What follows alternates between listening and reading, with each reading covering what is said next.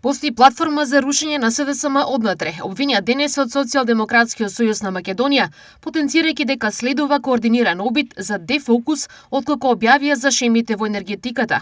ВМРО ДПМН од друга страна реагира дека ниту Петре Шилегов, ниту председателот на партијата Венко Филипче се дел од ВМРО ДПМН и дека проблемите во партијата се поради поразот на изборите. Откако целосно ја разоткривме и јавно го објавивме енергетскиот октопод, бизнис мрежата на Мицкоски од Адамовиќ до Руднап, ВМРО се обиде повторно да го урива СДСМ од внатре.